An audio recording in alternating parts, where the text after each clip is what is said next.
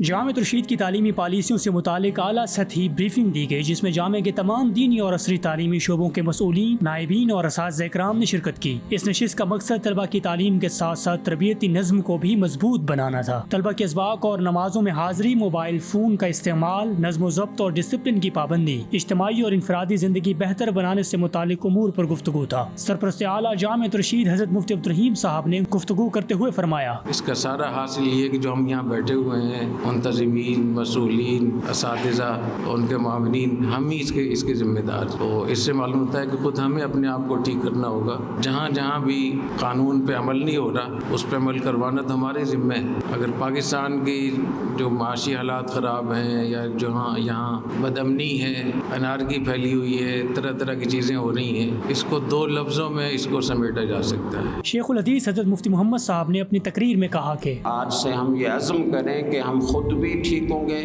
اور ساری چیزوں کی پابندی کریں گے، اپنے اندر تقوی پیدا کریں گے، اللہ سے تعلق مضبوط کریں گے،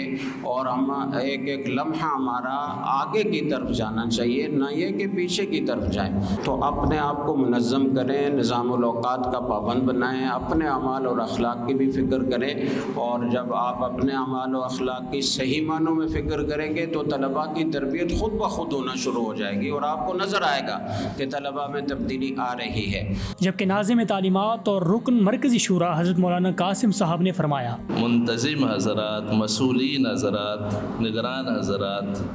وہ کردار اپنا ادا کریں، کیونکہ ان کا منتظم کا ایک خاص کردار ہوتا ہے، اس پر پابندی کے ساتھ اساتذہ اپنا کردار ادا کریں، ان کو تعلیم، تربیت، محبت وہ دیں، اور ساتھ ساتھ ان کو نظم کا پابند بھی بنائیں۔